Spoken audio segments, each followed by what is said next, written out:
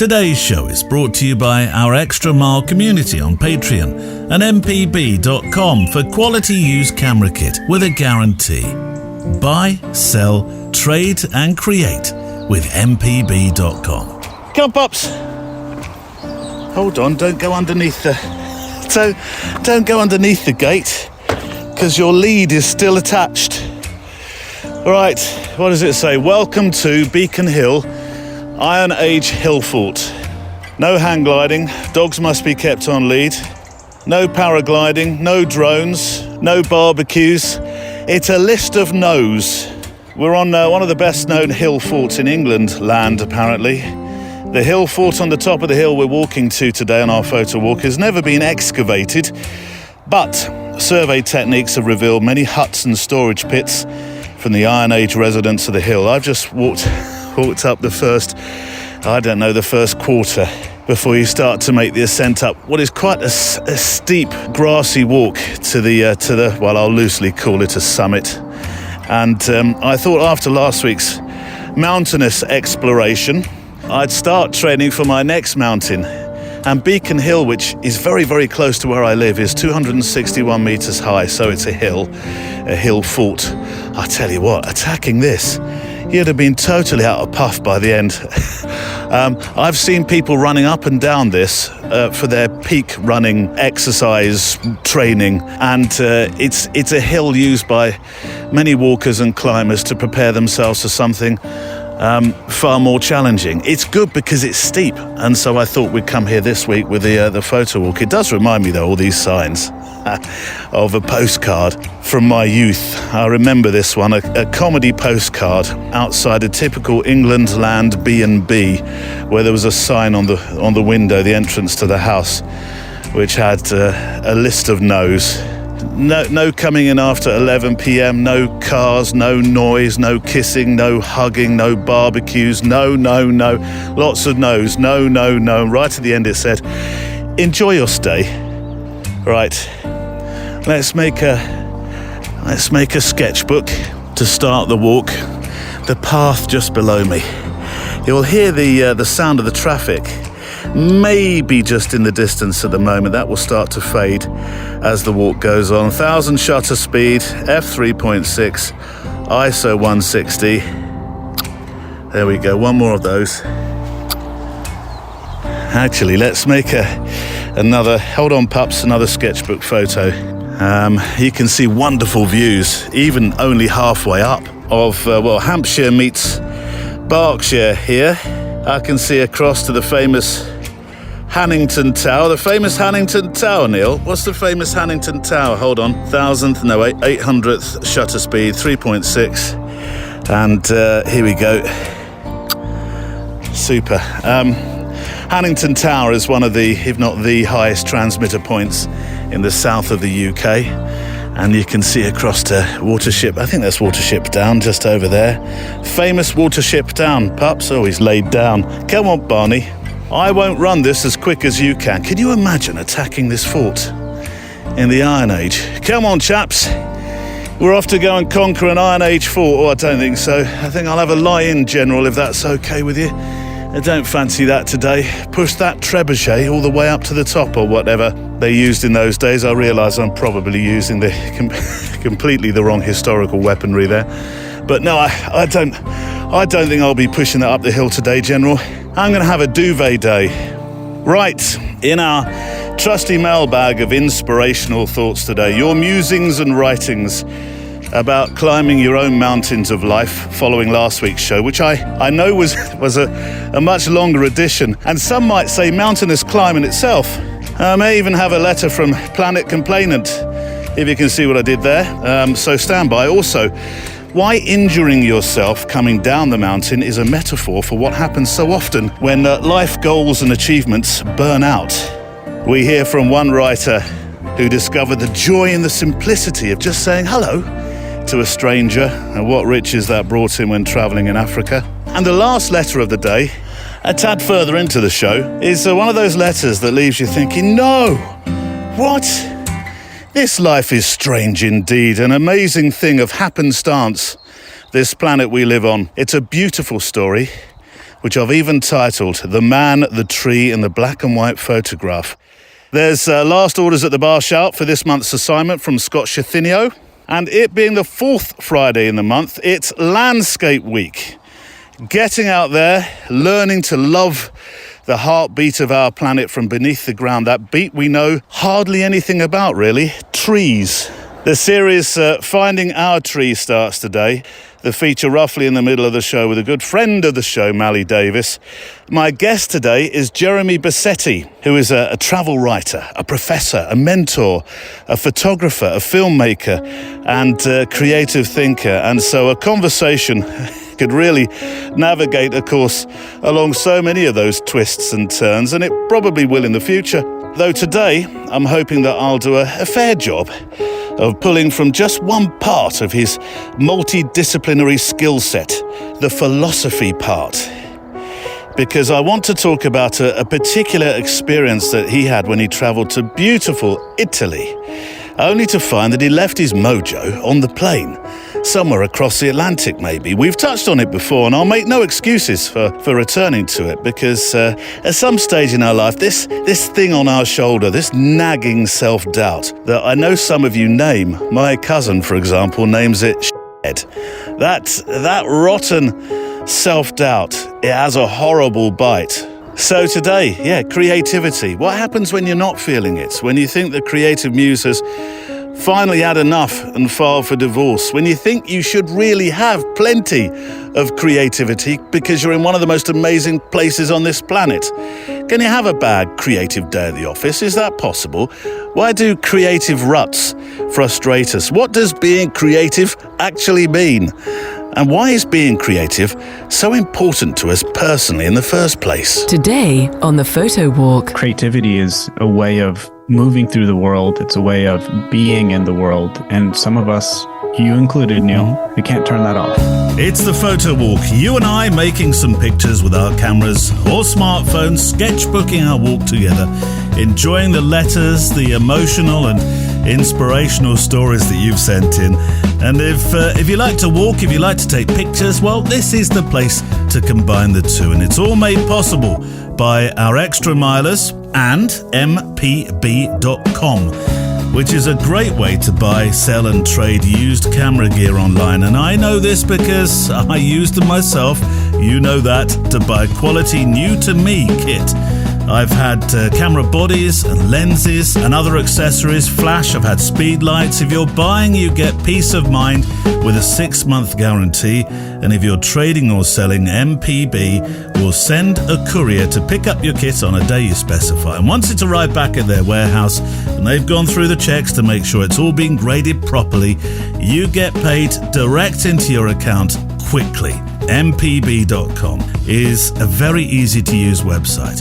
It's helping photographers to buy quality used kit or sell gear that you no longer need to free up cash and give others a chance to make their stories.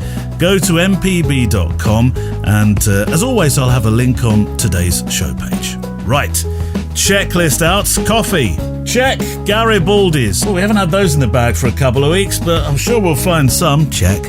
Walking boots, it's shoes today, check. And a firm spray of Smidge, the UK's #1 midge repellent. Still not a sponsor, check. Let's walk. It's not really an exploration to the top of the hill today. I mean, 261 metres. Oh, ha. We do that in our sleep, don't we, pups? He's very spooked. We're at the top, actually. I can see the trig point. We'll get to the trig point in a while, take a picture of it. But he's very... No, come this way. Sir Barkalot today is very spooked. He keeps looking back along the path, which, frankly, I'm finding a bit unnerving. Come this way. Come on. Come on. You know, I look at you often as my superpower. Not you, Barnes, but you are as well, yes. I'm talking to my other listener. You really are, not just for the generosity of time that you afford when you download and listen to these podcasts. And let's face it, last week's was quite a long one. And I'll come to the climb or the walk or the saunter in a moment. But also because, like our interviews, there's often a part two to your involvement. You offer up such great ideas and stories and guest suggestions. Recent ideas of yours, Kate Rules of outdoorphilosophy.co.uk. She's going to be a guest tail end of July, start of August, as is Jean Fruth. Now, Kate runs outdoor philosophy courses using the power of wild places to essentially help people like you and like me explore all those nagging and important questions about our worldviews when it comes to how we treat our planet, how we live on it, how we live with it. She also has the most amazing story about touring and taking pictures on her homegrown bicycle. And I don't just mean one made in the UK. No, I mean one that actually grew. It grew. It started life growing. What? Growing bicycles, Neil? Have you been sniffing the wrong flora again? Foraging in the dark part of the woods? No, all will be revealed in a few weeks' time. Look at that. Let me just, I'm not sure I'll do it justice because I've got my wide-angle adapter on, which effectively makes this X100V a 28mm lens on the front. But this is, in front of me, is Highclere Castle, better known as Downton Abbey. Popularised as Downton Abbey, but it's just got the sunshine, better be quick. It's just got the sunshine kissing it, whilst all around is very, very much under quite foreboding skies. I'm a little bit worried we may get a storm. So that picture's going to show Highclere or Downton away in the distance. Very much so, but you'll know it when you see it. My sketchbook pictures on the show page today. And Jean Fruth, well, she's an incredible storyteller in the sports genre, and we haven't talked too much about or to sports photographers, so I want to course correct because I know her story and the way she connects with people is going to make for a wonderful conversation. Although I may need to read up a touch on the language of baseball. So, super stories and guests to come, and we'll start with a story of the outdoors, picking up a little where we left off last week, or picking up completely where we left off last week. Episode 385 was recorded on location in North Wales in the Eryri Mountains. I do feel I need to say the name Snowdonia too, whilst respecting the wishes of the cultural rename. I went to climb what did turn out to qualify in the UK in particular as a mountain with Andy Fisher, my guest photographer, survival teacher to young inquiring minds as well. And I loved it. I loved it so much that I bought the mountain. No, I loved it so much that I'm planning to take Snowdon and then Ben Nevis with my friend Andy. If that's news to you, Andy, I'm sorry, but I really enjoyed it. So a mixed bag of letters after the episode last week. Short note from James Lyons to start with. Hi, Neil. Slightly tongue-in-cheek, maybe. I'm not so sure I like the maybe bit. But I did wonder how you managed to make 2 hours out of essentially a wander up a hill. Looking forward to you adding at least another 1,000 or 2 to the height to make it a real mountain, though fearful of the 6-hour episode from James. I feel told. Do you feel told, pups? I feel told. Phil Ferris, thanks for your letter too. Listening to the unexpected encounter with a Sherpa reminded me of my Snowdonia experience as a teenager. Yes, it was in the evening we met a Sherpa called Keeper Sherpa. And he was he's making his first travel on an aircraft, first journey on an aircraft from Nepal. That was his big adventure. My adventure was climbing a mountain that is many, many thousands of meters underneath what he's used to walking, just for fun. And but it was a joy to meet him, and I played just a short part of a conversation that we had. I would go, says Phil, as a teenager, to help out at a camp for children every summer for a number of years, having been an attendee of said camp prior to turning 16 in Snowdonia. We camped in Wales and took around 70 of the children up Snowdon. At the summit, we all wandered around, and the trig point caught my eye. We'll come back to trig in a moment, what a trig point is, because if you haven't heard last week's episode, you might be thinking, what the F-stop is a trig point? In fact, no, should we do it now? Yes, let's do it now. There are four, there are 4 foot, I think they're all 4 foot, concrete pillars. Pups, this way. No, we're not going there. That's the spooky grave of Lord Carnarvon. God, he's marching straight up to it. Barnes, come on this way. We might come back to that toward the end of the walk. He's buried up here. He was one of the first explorers to go into the pyramid and explore around and take Tutankhamun. I'm not sure we should go anywhere near it, if I'm honest with you. Yes, they're 4 foot pillars, are trig points in the UK, and they were put up by the Ordnance Survey, the map people. The trig pillar was first used in the retriangulation of Great Britain on the 18th of April 1936. On that day, a group of surveyors gathered around a white concrete pillar in a field in Cold Ashby, and they began the retriangulation of Great Britain, which made mapping more accurate. I'm having to read this bit, you know that, for everything from the roll and lay of the land to peak heights and stuff I really don't understand. Though I've read the trig link twice, I think I'll leave it for you to read on the show page today. Right back, please. Answers on a postcard, what the devil it all meant. But while we're about it, since I tried to do my research, trig pillars are mainly made of cast concrete, but a few are from local stone cemented together. I think the one on the top of Mol Shabod, the mountain climbed last week, that was made of local quarry slate, which would make sense because the mountain was, halfway down the mountain was a slate quarry, wasn't it? Like an iceberg, there's more trig pillar below the surface than above it. There are 6,190 trigs in the UK. The highest one sits on top of Ben Nevis. In Scotland land, the lowest one, at -1 metre, is at Little Ouse. So they're not just, as I thought they might be, just for putting on top of high hills or mountains. No, not at all. They're all over the UK, and some people go around collecting them. They collect the trig points. They go to a trig point, make a picture. In fact, that's a photographic feature of itself, I suppose. In Scotland, some of the pillars are called Vanessas, and they are taller, cylindrical concrete pillars. And in 2021, at a private ceremony on the border of England and Scotland, Trig and Vanessa were legally married in an event attended by the relatives of the original surveyors who started all this stuff 87 years ago. One of those facts was, of course, a nonsense, but I'll let you work out which one. Anyways, on with Phil's story. Sorry, Phil, slight diversion there. When I saw the trig point, remember Phil was climbing with a group of youngsters, looking after them on Snowdonia, or on Snowdon rather, in Snowdonia. When I saw the trig point, I decided to go a little further and declare that I could go higher than anybody else. And I climbed upon the trig point. I was 17 at the time. As I climbed, another of the younger team was trying to do the same. We nearly knocked each other off as we turned to speak. I realised that he was somebody who'd left my primary school to move to Leamington Spa 7 years before. And there I was, stood on a trig point with him. Life has got lots of strange happenstances and circumstances and sliding doors, as we will find out later on in today's show as well.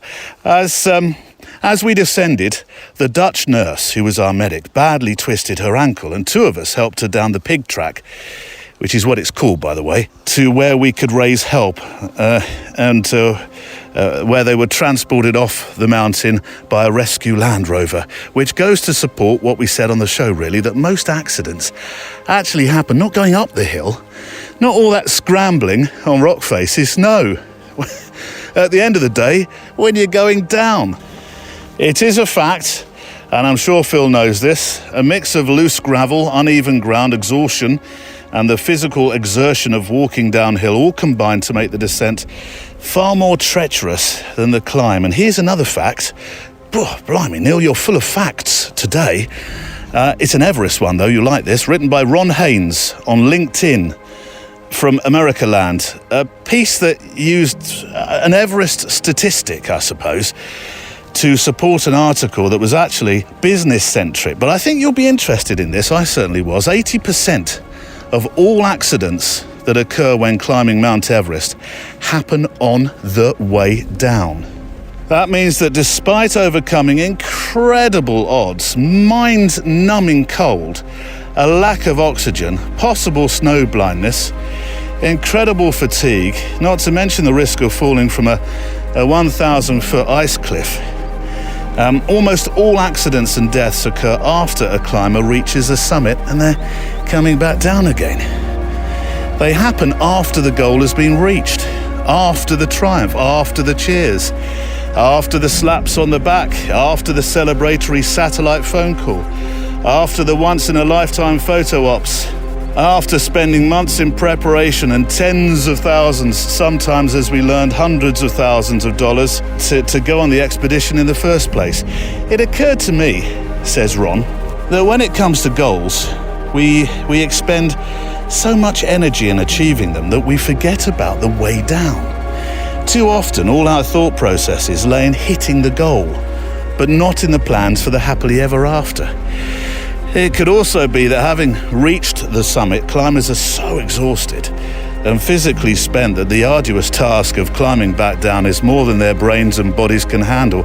Our life goals can dangerously sap all of our strength, says Ron. Thank you for your letters and thoughts from last week's show, and I'm pleased I found that too from Ron.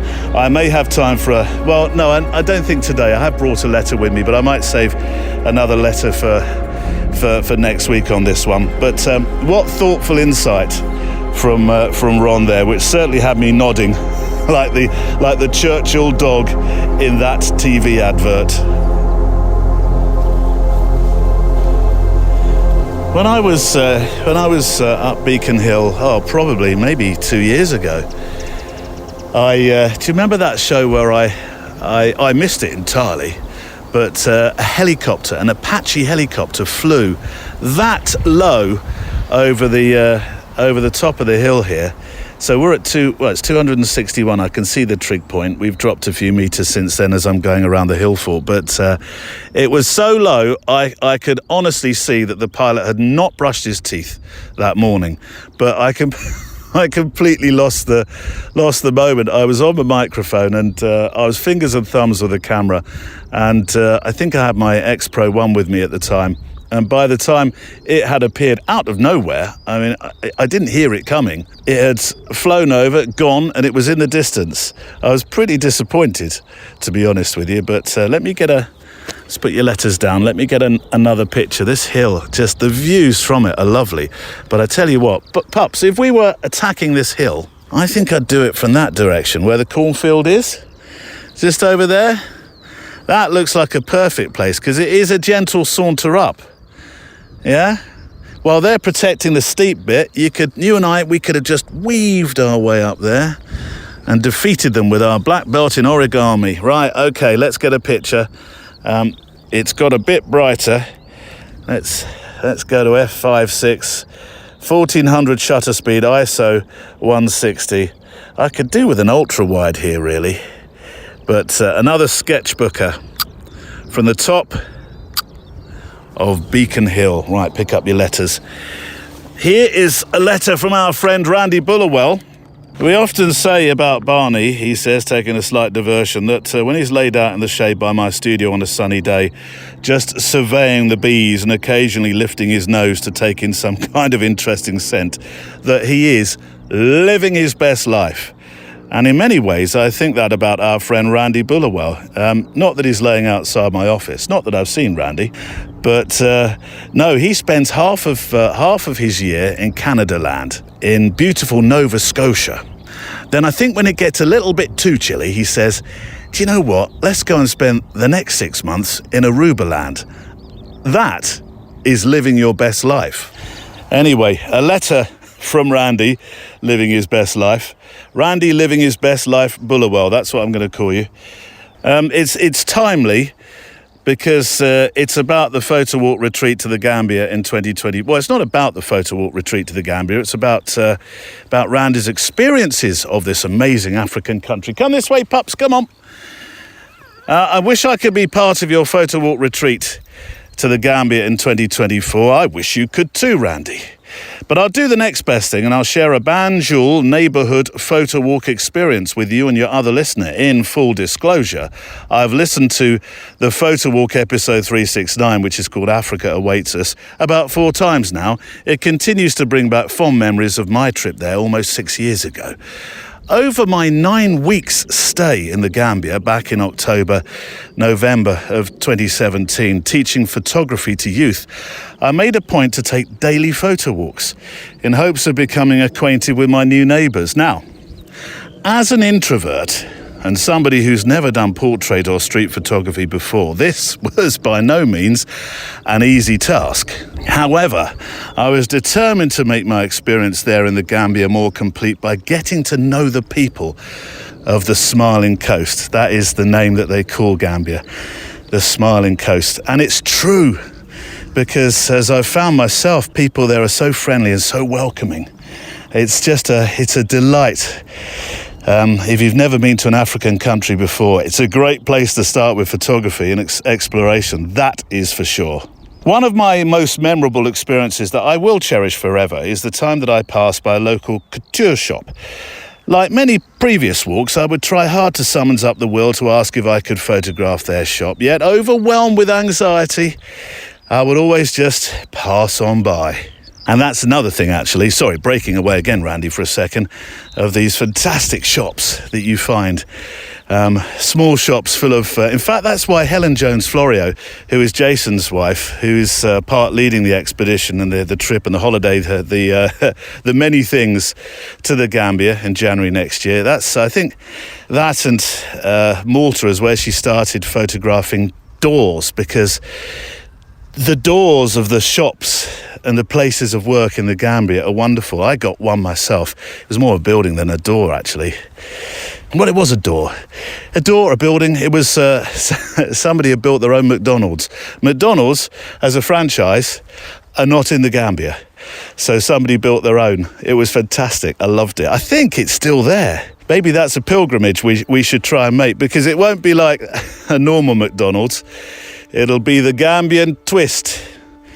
Anyway, says Randy, on this memorable day, when I was overcome with anxiety, just like every other day, I lowered my camera, passed the shop, and began to head home. Just as I turned to walk away, though, a tall gentleman, who I came to know as Al Hadi, came out to me asking, "How come you walk past every single day, but you never come in and say hello?" The next thing I knew, I was inside the shop being introduced to the other workers. After they all said hello, they asked if I could take their photograph. Nervously, I did, without much thinking about the low light. While having a great time, I was feeling very overwhelmed, so made up some excuses for having to leave. But they invited me back for lunch the next day, and the day after, and the day after that. And a wonderful friendship started to form. During these next couple of weeks, I was given my African name. Has nobody given you your African name yet? Al Hadi surprisingly asked. And from then on, I became known as Abdullah, a servant of God. He proudly exclaimed. I ate lunch with them round a huge bowl with my fingers, also to my complete surprise and right under my nose. Al Hadi was making me a beautiful dress shirt. He said that his measurements were made by eye. This was to become my parting gift, and one I cherish to this day. As I write this, I can't help but smile as I recollect so many other memories. Who knew?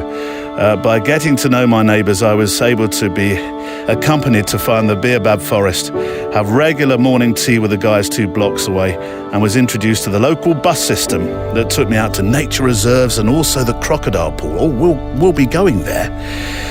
Stories for another time, he says. So many memories. And we've just reached the trig point. You look suitably unimpressed, pups. This is the trig point. Should we have a rest here and read some more stuff? Okay. Well, Neil, all I can say is your photo walk retreat to the Gambia sounds like an amazing opportunity. This sounds like an advert. It might be the first of a couple of times I mention it. Well, it isn't really, but if it is, it's an advert for good reason. For an adventure reason. Take care, keep up the wonderful work producing entertaining and educational photo walk episodes. I like to think we've been educational today, if nothing else, pups, about the trig points, eh?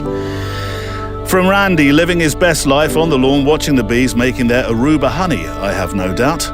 But I will pop the pictures that he sent on the show page today, including that amazing shirt. And for those coming with me to the Gambia, I think we need to find out our African names, don't we? We're not coming back until we each have one. I tell you what, I'd love to find, Randy, just a note to self, to write to you to try and find out where this shop is, because I think it would be fascinating to return on your behalf. I personally have made some wonderful memories and portraits, two of those working in the markets, it's a fantastic place. I'm practically smelling sun up and hearing sun down, and if you're coming with me, you'll know exactly what I mean by that. The Gambia 24 page is on the show page today, and of course it's on the front of the website. Oh, this is lovely. I'm living my best life now. I'm leaning back on the trig point. I can see the Hannington transmitter pups. You're looking the wrong way. It's that way. Over there. What are you looking at? Oh, he's looking at a can of Carling. Honestly, this is one of my bugbears. Don't come to a beauty spot, have a beer, and just throw it, cast it to one side. Take it back down with you, would you? Let that not spoil our moment with Randy. Hey, pups? Hey? He's laid down. Oh, I'm pooped. I'm proper pooped.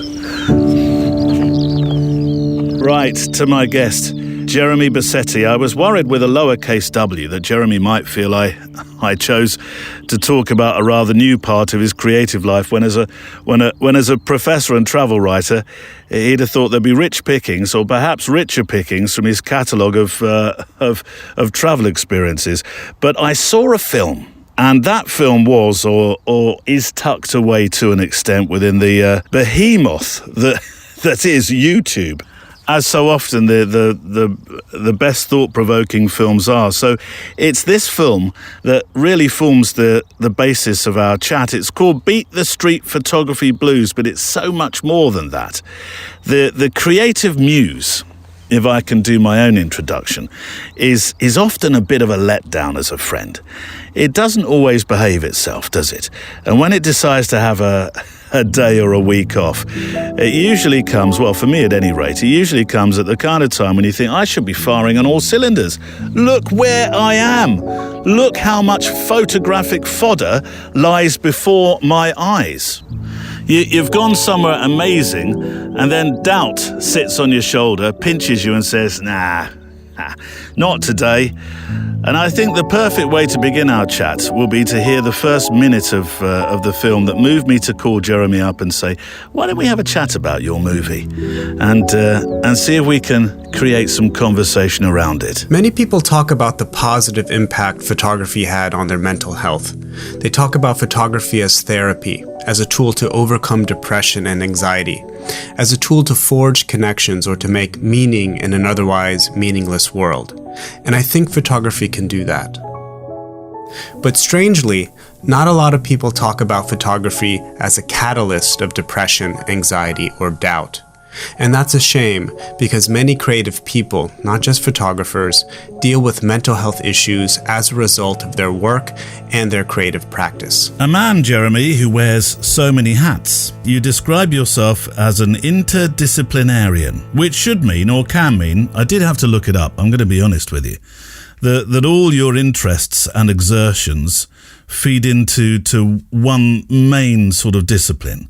Or have I got that entirely wrong? Well, the problem with being an interdisciplinarian is that we're interested in everything, and we go in every different direction. We follow our whims, and that's one of the biggest problems with being an interdisciplinarian, is that, you know, you go every which way and you don't really have a central focus. So what are you then? Are you a photographer, a professor, an educator, a writer, a traveller? Of all those, have I missed any out? A husband, nice guy, maybe. Yeah. You know, I think of myself as a creator, kind of a creative individual. I mean, that's how I've been all of my life. As a kid, I was really interested in drawing and arts and music. And, fortunately, I come from a background where I was able to kind of explore where those whims, took me. Yeah. I'm interested in all of the above. I think as a creative individual, we do ourselves a disservice when we, try to pigeonhole ourselves into a specific area, like writer or photographer. Like, we're all kind of creative individuals, and I think we should embrace that fluidity or that interdisciplinary kind of mindset. I think that will do us all a service. I was talking to somebody the other day that said, you are a funny lot, you creative people. You seem to think that if you're creative, you're not necessarily, you don't have a full-time job, you don't wear a pinstripe suit, you don't sit on the 8:15 pinstripe to Paddington. Whereas we're all really creators, aren't we? And in every single podcast I present, I suggest the idea that those that have a mobile phone are essentially creators too. That we're just different layers and levels of. Yeah, I mean, that's part of what it is to be a human, is to create things. And the guy that's building a roof across the street right now from my house, he's involved in a creative act. But I think society doesn't label that as creative, right? And I think that's probably a bad thing. Inherently, humans, we're creators, and some of us create with pens and paper, some of us create with hammers, some of us create with digital cameras. I want to talk about your work in terms of travel and photography and your fascination for it, but I've been doing a fair amount of work behind the scenes, writing and prepping some footage and ideas for my return to a YouTube platform. And I did take a look at your latest Talking to Camera film, and I'd like to start there. The video in particular that I think it started as a travel-focused feature, but it really became more about mental health. Here's the description to the film. I was feeling down about my work in Italy until I visited a photography exhibit in Rome, where I remembered 4 important ideas. What wasn't firing for you when you went to Italy? It's one of those places, I love it, in Europe, where it's almost impossible not to see it as the perfect canvas. Yeah, it's hard for me to articulate. And if you watch that video, you won't see all the edits that I did, because I was struggling to articulate what the issue was and how I felt about the situation. But when I was in Italy taking photographs, at the end of the day, I would review my images, and, I would feel that I wasn't working hard enough, or I wasn't satisfied with the images, or I felt like I should have been doing more or working harder. This kind of sense brought me down, and frankly, I fell into kind of a funk, a little depression in Italy. It's a beautiful place, and in hindsight, I'm looking back at some of those images, and I'm realizing how crazy I was for thinking so harshly about my own work. But I really felt that, and I think when we are getting those signals from ourselves about our work, we shouldn't necessarily ignore them, right? But I think it had more to do with, to answer your question, I think it had more to do with what I was, expecting to get out of my work in Italy, the reality not matching up with my expectations. Because you came at the subject of mental health in a complete reversal to the way we usually discuss it on the program. I talk about photography as being that great way to escape the world, to be in that little box, to find yourself in silence, in total quiet, and finding yourself, if that doesn't sound too woo-woo. But you were saying, no. Sometimes photography can be the cause of anxiety and doubt, rather than the comforter and safe place we may think about photography. Yeah, and your show is so valuable, and recently, you've covered this topic on several of your episodes, and I think that's great. And what I'm referring to is that people find value in creative outlet, right? And then taking their cameras out, they're depressed, and they find a new kind of course of life, or a new meaning to life. Shooting, making pictures, being creative. And that's all well and good. And I'm glad that we have all those stories out there. But I think most of the conversation is around those much needed and very positive stories. But we are a little bit hesitant to share our own failings, right? And how photography can disappoint us, or how our own creative practice can disappoint us, or how it can lead us into depression. And maybe we can talk about social media a little bit, but I think, creativity, when you mix it with social media, that's perhaps like water and oil, right? They don't mix very well. Well, one of the things that we were talking about before is this high expectation we have of numbers numerics, metrics. If only 5 comments come in, we think, oh my God, that must have been awful then. We're very hard on ourselves. That's because we spend a lot of time, I think, and we touched on this last week in the mountain episode when Andy was talking about when you're on your own in the mountain, then that voice, your internal voice becomes really loud. But, I just want to say, I'm thinking about this now. He was an Italian publisher. His name is Roberto Calasso, and he ran the famous Adelphi Press. Mm-hmm. And one of his books, I think it's called The Art of the Publisher. In this book, he talks about like his approach to book publishing, and it relates to photography. But in this book, he talks about like the types of books he likes to publish, and he says that he's searching for books that exhibit expertise. And he says, I want to find a book, and I'm paraphrasing here. He says, I want to find and publish books wherein the authors are experts of their own experience. Yeah. And I think that's just a wonderful way to put this. Like, we can be experts in a certain discipline or not. But one of the things that we can't take away or can't deny is that we are experts in our own experiences of the world. And if we frame it like that, I think it's a quite interesting concept, because with photography, people often think, oh, what am I going to photograph? Is this project any good? Well, if they think about themselves being experts of their own experience in their own particular place, in their own little, corner of the world, I mean, that's a huge unlock, right? Creative unlock, kind of mindset unlock. Are you somebody who suffers from imposter syndrome generally? I mean, you did suggest that you had it within and I remember walking probably those similar streets by the canals and by the water in Venice in particular one morning. My wife unfortunately had food poisoning. It was our great wedding anniversary gift to ourselves, and sadly she wasn't so well, so she sent me out to photograph, and I did. And I remember wandering by the boats and the water and the restaurants, and I remember thinking, oh dear, I don't think I'm up to this. I'm not quite sure I'm making pictures that have any relevance. Yeah, I do suffer from imposter syndrome, and I think part of the reason why I suffer relates to what you just said, right? About this idea of relevance. We want, I think,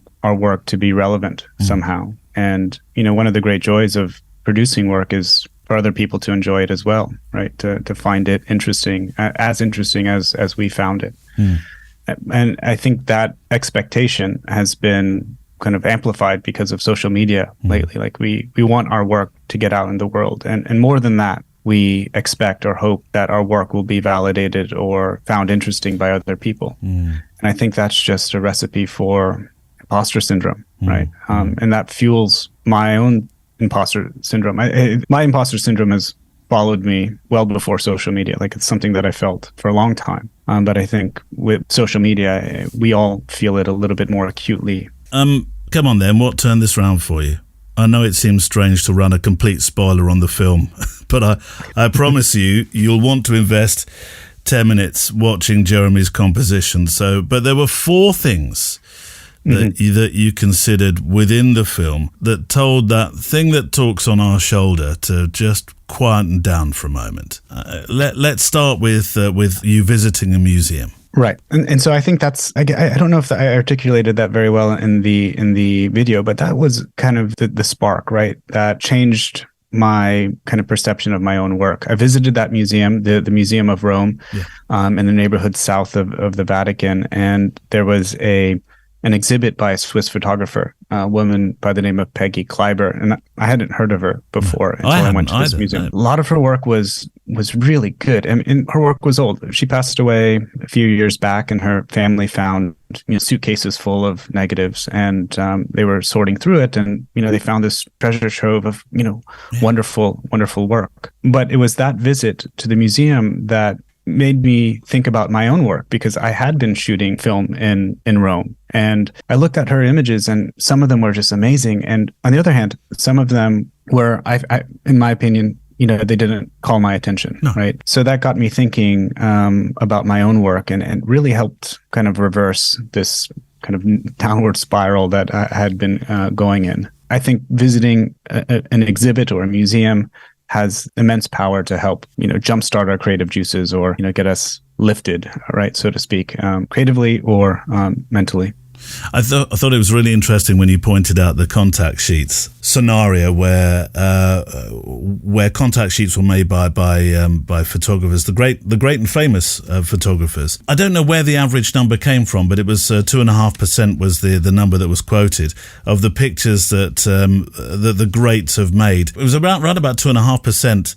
That gets the Chinograph around the picture to say, yep, I'll keep this one, right. Which means there's an awful lot of stuff made by photographers who really didn't like their work at all. Well, that's so that number I pull out of thin air. It's just a number I invent based on looking at some contact sheets online. So I'm sure most of your listeners are familiar with contact sheets, but for those who aren't, it's back in the day and still today, film photographers would place their negatives on the photographic sheet of paper, like stuck to it, and kind of develop one sheet containing all of their negatives, right? And, it's like a Lightroom. Right. You zoom out in Lightroom and you can see all of your images. All the pictures that you've made. Probably more than 36, obviously. Right.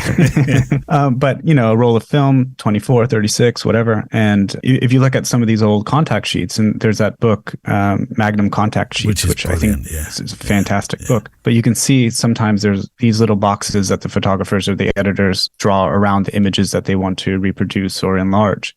And sometimes, there's a roll of film, a contact sheet that has just one box around it or maybe two. And these are kind of the iconic images that we all know and remember. But that got me thinking also about, the way that the pros work. And the pros, they shoot a lot. And at the end of the day, at the end of the roll of film, there's one or two images that they're really happy with. Yeah. And if that's good enough for the pros, then, why isn't it good enough for me, right? Yeah. Some guy walking around Rome with a camera. Well, this expectation that every single one has to be a keeper. And it goes back to social media, doesn't it? Of right, I need to put all these on social media and I want at least 500,000 likes. The next point talked about how we as photographers can be hoarders. And I did vocalize a yes into the air as you said those words, because that's exactly what I feel I've become. I make pictures. I make a lot of pictures. Mm-hmm. Then I don't quite know what to do with them. I end up with a real mixture. Now, in my professional life, they probably, they do have a start, middle, and end. There's a real purpose for why I've made them and what's happening. But the ones that I don't make for money, where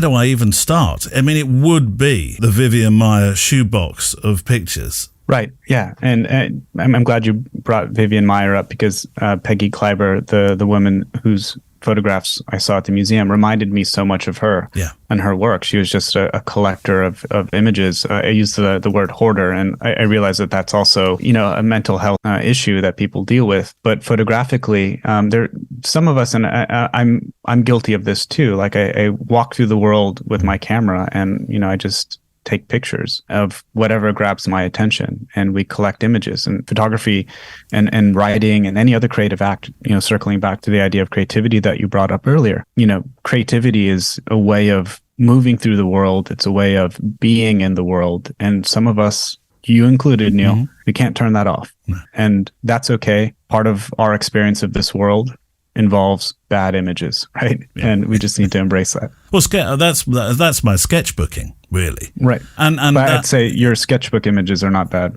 images. No, well, yeah, but you haven't seen the rest of the contact sheet. That's true. I remember many years ago making a picture in a puddle. I've talked about this story before, of a reflective picture in a puddle. It was in the park by the bandstand, and I thought, look at the bandstand, the reflection. So I got down really low to the puddle, and I was making this picture when a guy on a bike rode straight through the puddle, and he turned back at me in a derogatory sense, shouted, "It's a puddle, mate." Oh no! And didn't really get this concept of me just wanting to collect a picture. And I think that's I don't know if I still have that picture. It'd be fun to go look for it. Actually, it was one of my film pictures.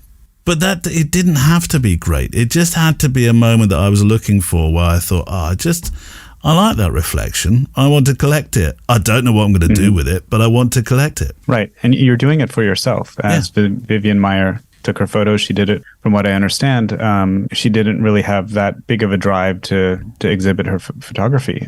But she was collecting images. She was just doing it for herself. She thought something was beautiful in the world, as you did in that puddle. And it's okay to kind of take those pictures, even if upon reflection or like reviewing those images, you realize it's not very good. That's okay. It's part of, again, it's part of our experience walking through this world.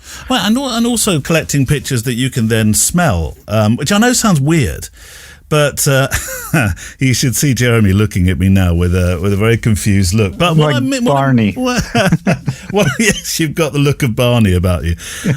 What I mean by that is I've been looking up some images from the Gambia, from the last time I went to the Gambia, because we're going back there for the for the expedition and our retreat. And I found some pictures from a village we'd gone to, which was just dead. It was fish at the market. But I remember this particular olfactory sense that I was getting at this market, which wasn't always pleasant. And I took pictures of the fish. And for me, they're not great pictures, but they are really important to my memory. Yeah, and you collected that. It's a collection of an experience, I think. Going back to what Roberto Colasso said, right? You're an expert of your own experience, and the way that you develop your expertise is through your creative work, your creative body of work, and reflecting on those images of the fish. Take you back. They're your Madeline, right? They transport you back to a time and place, and I think that's reason in and of itself to photograph, right? You don't do it for anyone else except for yourself. And Jeremy returns soon for part 2. Have you been walking anywhere that we should know about? Any stories that you've got? Now, I know you might listen to the show and think, well, it's going to have to be somewhere pretty special for it to be a featured letter. But no, sometimes the simplest of stories, those moments that mean something very much to you, can be the most extraordinary. And no, I honestly mean that. People that you meet by chance, people in your town, stuff that you see, things around you that have history that we'd like to learn about. I mean, a couple of weeks ago when I was with Neil of Ford, our IT guru, yes, he's still floating 1 foot above the floor in the lotus position. He was showing me the ghost signs of Bath, and I made a few pictures. And ghost signs is something I know, I'm aware I mentioned it probably a couple of months ago as a possible feature, and we'll come back to that definitely, because I have a few ghost signs in the email inbox. And so we were looking at ghost signs, and these are just they're signs you find on the side of a bakery that are all but washed away, some of them, all but faded to almost nothing at all. But whatever it is, I don't know what your life story is, and I'd love to learn. So send your emails to stories@photowalk.show, stories@photowalk.show. If you're sending pictures, then 2,500 pixels wide. If you can resize them, if you can't, don't worry. Are you going to say, Neil, you'll do the heavy lifting? I am. I'll do the heavy lifting and do the resizing and all that gubbings under the hood for you, so that it can fit neatly on the show page without taking too long to download. Pup, should we do another lap? We've done 1 lap of the Iron Age fort. Do you want to go that way, do you? Yeah, we'll go reverse. Okay, we'll go the other way round. You might be able to hear can you hear the murmur of the A34 below? The wind's blowing in the right direction, it would seem. Come on, pups. Let's go around the fort. This way. This way. This way. Right, before we start on our new mini-season from the 4th Friday of the month called Finding Our Tree, I want to remind you, because there are just 2 weeks now to get your entries in for the first Friday of the month feature, which is always the assignment. It was set this month by food and product photography professional and Supremo Scott Chithinio, who asked us to go and make a hero image, a proper hero image, of something from our childhood. I don't know what that item would be, but if you're like me, you hoard some stuff, or you've kept some stuff, not much perhaps, from your childhood. A friend of mine kept his chopper bike. Remember the Raleigh chopper bikes with the gears? Larger wheel at the back, smaller wheel at the front. My mum would never let me have one. It's a death trap, it's a death trap. You're not having one of those, she would say. Not quite like that, sorry, Mum. But yeah, that's the, oh, I want a rally chopper, Mum. No, we'll get you a sensible bike to do your paper round on. But yeah, he still had his. Orange, it was orange. Pristine it was. So yeah, make a hero image of something from your childhood. I'll tell you what, in less than 80 seconds, Scott can just remind us of that assignment. I've started uploading them. I could certainly do with a few more now. I know I was a bit late getting, well, what with a mountain adventure, a bit late getting everything on the assignments page, but it's there and it's waiting for your hero images. Scott, tell us more, please. The Photowalk assignment. So I think, like, for me personally, with a lot of my work, it's about nostalgia, and it's about bringing something down to its pure essence. So if you look at a lot of my work, it'll be a single item on a solid background. And so the assignment for everyone is to try and find something that really represents their childhood in a singular item, and just to hero that item. So maybe it's a tape cassette, and it's just making that tape cassette the absolute hero. And the more mundane and the more like average the item is, I always think the better. Like, everyone tries to photograph the most fancy food possible, but the photos that get me the most work are like a single picture of a jelly baby. And it's just about trying to find that perfect item which just sums up who you are as a person and photographing it. Actually, one of my favourite pictures of yours is a bag of, it's not the bag, it's on the table of cheesy Wotsits. Yes, yeah. See? Hero. It's very much a 1980s sort of snack. But yeah, for me though, that's just this big bowl. But you're looking for one item really, aren't you? Yeah, I always think, like, the simpler you can make something, Yeah. the better the image is. Like, at one point when I've done this, we all overcomplicate stuff and make everything as difficult as possible. Whereas nowadays, my work is one light, one lens, and one subject matter. And it's just boiling it down to that essence of what it is you're trying to say. So good luck. Go find yourself something that says childhood and make the simplest, most powerful composition you possibly can from it. Take your pictures using whatever kit you have, and that includes the humble smartphone. The best camera is the one that you have in your hand at the eye. No, it's a cliche one, but you can't blame me for using it now and then. And to some people, they've never heard that one before. So in June, we started our feature roughly in the middle of the show. That's what it's called. First Friday's assignment. Second Friday is Street with Valerie Jardin. Third is TBC. As last week, we were up a mountain. And the fourth is something I've been wanting to do for a little while. Now, I've become good friends with Mally Davis. Mally of Treeland, as I call him.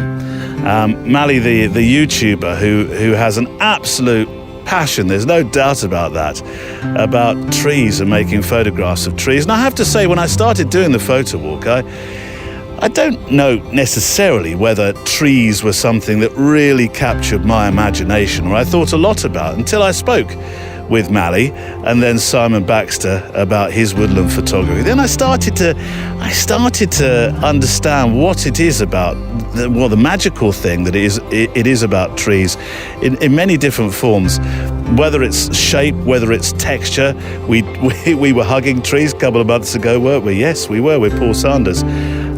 Whatever it is, I mean, actually, a couple of weeks ago, there was a massive story, the Bromley Tree Massacre in the UK, where a man turned up with a chainsaw one Saturday morning and cleared 131 mature oaks, and I think there might have been some other trees as well, from a park. He just came up, he chopped them down one by one by one. They were protected trees. And people were weeping as these were felled without proper permission. The result of confused planning permission. So trees are clearly a very emotional thing for people, for many varied, differing reasons. And Mally Davis, over the coming months, is going to talk briefly on the show in our feature every fourth Friday of the month about making pictures of trees and landscape, being out there. And then over the coming months, he's going to challenge you to find your tree in all weather conditions, because we're in summer, well, in the northern hemisphere at least, we're in summer now. But of course, everything takes on a very different feeling when the leaves start to fall. Things start to look a bit more desolate, certainly around particular types of trees, as you'll find out. I absolutely adore the enthusiasm Mally has. Well, he has forests of it. if you'll pardon me using that pun. And he'll always end the feature by talking or introducing a particular Mallee's tree. And if you're thinking, well, I don't really photograph trees, the whole point of this feature is going to be, well, to try and understand why making pictures of trees often feeds into other parts of our photography. Here is one of the most enthusiastic photographers of trees, I think, well, certainly in the UK, but I think is on this planet. It's our friend. He's our friend now, Mallee Davis. Mallee, it's part one. I'm never quite sure what to do with the part one. Well, let's treat it like a pilot episode, which in BBC parlance meant it won't get to a number 2. Yeah, I'll be axed. That'll be it. Do you remember that show called? No, I don't remember that one. No.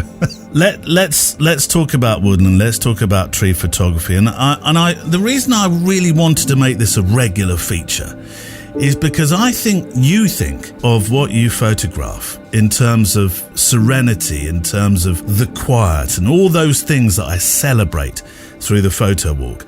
That's what I see you doing in your videos when you make your films about trees. And as much as I joke about some Mallee of Treeland, it's serious business with you and your woodland, and woodland photography is. And we've talked in the past too, and we've talked about, you and I, about Simon Baxter and the work that he does in the woodland. And for a lot of people, it very much is their safe place, isn't it? And that's what we're going to do with these features. But I'm going to start out, and this might be a difficult question for you to answer from the off. In terms of photographing in woodland, how does that help in other disciplines of photography? Oh, wow. Yes. A cracking way for throwing me under the tree bus.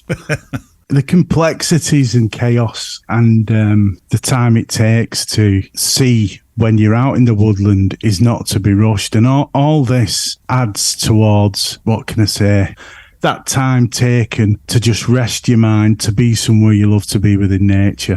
And the complexities and chaos that come with woodland photography is like training. You're in and amongst wild, growing, gnarly, if not obscure trees sometimes. It's very confusing, very difficult to be creative within the woodland. But the more you practice, the more you begin to see the way they link together.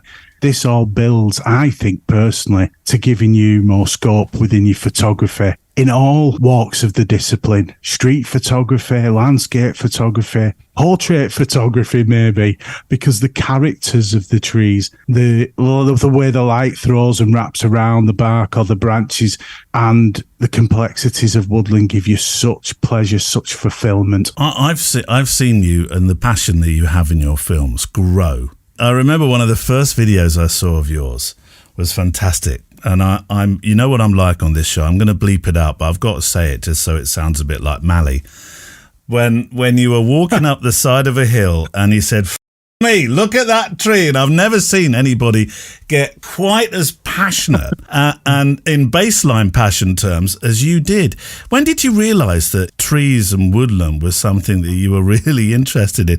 Because it's not probably the first thing that you thought you might get interested in when you started photographing. It's been a natural progression because they're there, aren't they? They're with us. Yeah. Whether you're on a road, a motorway, or a walk, or wherever you go, these characters surround us, watch us, almost follow us everywhere, from one family to the next of trees. And through time, from being a kid, my dad always took me on walks through huge, vast woodlands that you probably shouldn't really go off into without a compass and a map. And my dad would say, you can't get lost. You'll never get lost. Yeah. And we'd be surrounded by these incredible living creatures, and they never once frightened me. I was never once scared. I learned that you could never get lost, and that these wonderful growing elemental almost guardians were there to guide you, because at a young age you'd look and see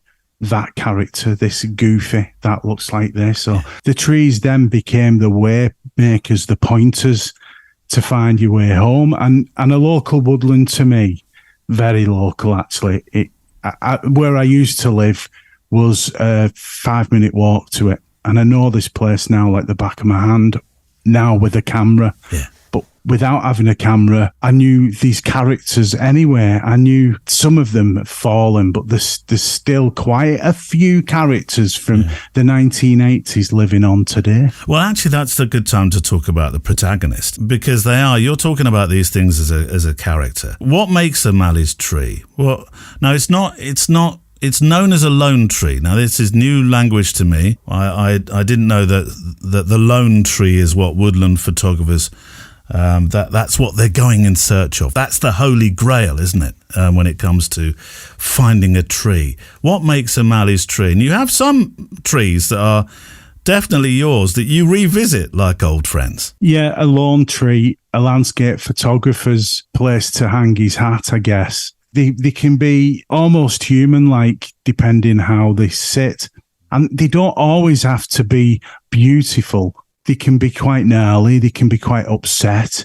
They can look raging. They can look full on. They can look like sad. I've put in some of my pictures about narcissism, that the tree is almost showing off and saying, look at me, photograph me.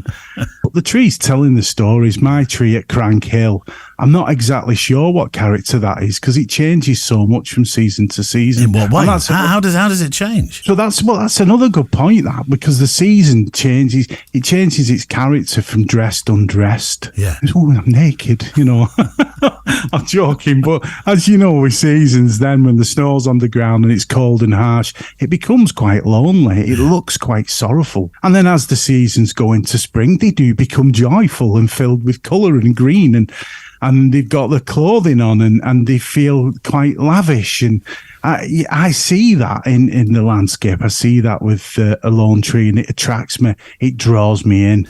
Well, I'm certainly going to look at a lone tree in a different sense from now on. Kids, hide your eyes. It's disrobed. How special does the tree need to be, Mallee? Do you spend a long time searching for your lone tree? Yes, the tree is very important. The video I'm working on at the moment, which is at Malham, was in search of these kinds of trees. Yeah. And my, oh my, around that area, the Dry Valley, walking towards Malham Cove. So I'm thinking this might be the same area. I visited, this is a good few years ago now, to visit a photographer who had a place on in the lakes, and we went through a particular valley where all the trees were almost like a 45-degree angle, because the wind sweeps through the valley, and they took on this amazing character. Many of them were lone trees. They were almost fighting a battle against the wind that came down the valley at them. Exactly. Malham's Yorkshire, by the way. Before you said lakes, people get upset. Oh, right, okay. So Malham's Yorkshire, and you do get those trees. In the lakes, they tend to be hawthorn, and they bend like that in the wind. They almost look like Donald Trump's wig is one description I've used before. But the ones in Malham are hardy, and really, they've been through it, and they're clinging onto rock. Yeah. They've really had a hard time and a struggle. And rowan trees, or there's a lot of different types. Birch as well. I photographed one in this. It's a birch and a black oak, I think it was, coming down from the valley. And as I'm saying, it's not just the tree, using a wall, using the way the light affects the land, using either dark and light to highlight the tree and make it stand proud, or you can put it in the corner quite small, and the way you're treating in composition. On the third, it's a simple scene, pleasing to the eye. On the very edge, it's using negative space, and it's all about how it's tucked away, drawing your eye in, so that you're using these lone trees in ways to tell stories, in ways to carry you through the frame till you get to the tree, till you get to the point of majesty and think, wow, look at this. Look at the way the bark's shining on one side because you've moved your body in the right place, where the angle of the sun is just slightly side lit or possibly backlit and coming round, and you can raise your shadows a touch and treat your highlights in Lightroom and just emphasize that even more to give it more majesty or to give it more mood. and make it a part of that feeling that you're feeling at the time, the connection, you, the tree, the landscape. And so I think it's a good time to find out what Mally's tree is for this month. This has been an introduction, really, this first visit, to understand more the way you photograph trees, Mally, and I know how special the lone tree is to you clearly now. So what we'll do each fourth Friday of the month is invite you to share the tree pictures you've been making during the month so we can feature our other listeners' tree pictures. So send us the trees you found with character, those in cities, those in parks, those growing out of buildings, those, well, you get the idea. And I'll share your tree pictures on the show page each last Friday in the month. But Mally, this is where I want your Mally's tree. And I guess it makes sense this month that it's a lone tree. So what have you picked and why? And I'll share, of course, your picture on the show page today. So there's a really big and interesting story behind this particular tree. The first video I ever made for YouTube, it was at a place called Malham. Right. And there's a very famous lawn tree, the Malham lawn tree. This particular tree sits on top of a very famous plateau of limestone. They call them grikes and clints. Leg breakers, Right. ankle breakers. Yeah. Some of them drop down 3, 4, 5 foot, even deeper, where the water's eroded away over a long time, thousands upon thousands of years. And this particular lawn tree is always shot.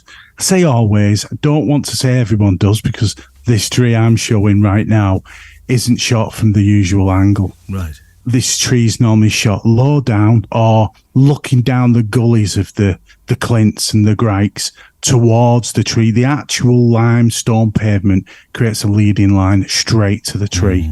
And the first time I ever went there, as a very amateur, still am, landscape photographer, I did this shot with a couple of chaps. I went with a good friend, Stephen McNally, and we did long exposure photography, because that's what you do when you start off as a landscape photographer. I did a long exposure of this tree using the limestone pavement of a leading line, and it filled me with such accomplishment. And I remember this being the first YouTube video. I was so proud. Please don't watch it. You can if you want, but this particular area is very famous for this lawn tree. It's a sparse tree, isn't it? I mean, look at it. It's like tentacles coming from it. It's the very tree and what it's coming out of, the flint there, that feels like it should be on the front cover of a murder mystery novel. Well, that season, you see. So now you've said that, it was a very dull, quite dark, miserable day. Yeah, it's a dank day. Dank day, very dank. And yeah, could Heathcliff hopping along, crying. This area is filled with that at that particular time of year, because this video and this edit that I'm working on at the moment is over 3 months old, because I don't tend to rush. And now, if you went and looked at this tree, it will be covered in leaves and will have a completely different feel, a different romance to the scene, if you like. So looking back at this tree from 5 years ago when I first started YouTube to the present day where I'm making this video now, the lessons learned in that. And ladies and gentlemen, I think this is a key point of the lawn tree, is visiting again and again different seasons, getting to know this character, becoming friends with the tree, become one with your lawn tree, because it will be a great investment in your photography. It will help you so much, because you'll learn where it looks best, in what light, what season. And this applies to all photography. You will learn how, by revisiting, you do bond and you become connected to the landscape. You start to understand all the stones. You even know what the stones are under your feet. You recognize them. You recognize the path as you get in there. And this excites me. This makes me feel so like I'm at home, I'm at one, and I'm about to prepare to shoot and photograph something that is on center stage. And isn't that with every shot you ever take sometimes, that you want to create that scenario, that story, that place. And by repeating this, repeat, like I do with Crank Tree, it's all miles under the finger on the shutter. It's all that learning.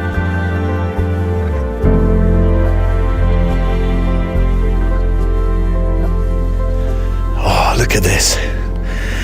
There's, I think Mally would be a bit disappointed. At the top of this track, at the top of this hill fort, there's not a lot of trees. There's a few windswept bushes. That's about it. Let's get a picture, though.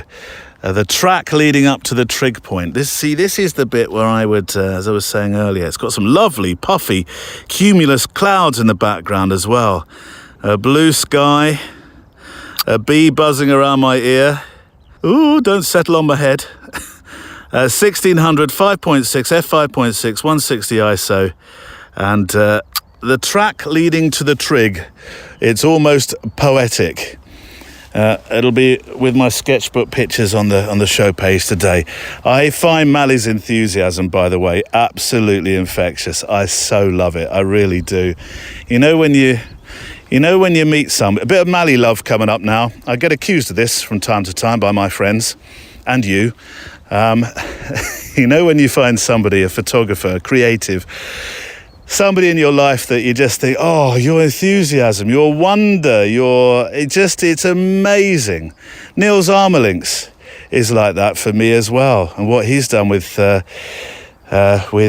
his life. We'll come back to Niels maybe in the next couple of weeks or month. I'm still wanting to go take that special journey to High Street, which is not full of shops and coffee shops and cake shops. No, High Street is a mountain range in the lakes. Come on, pups, go this way.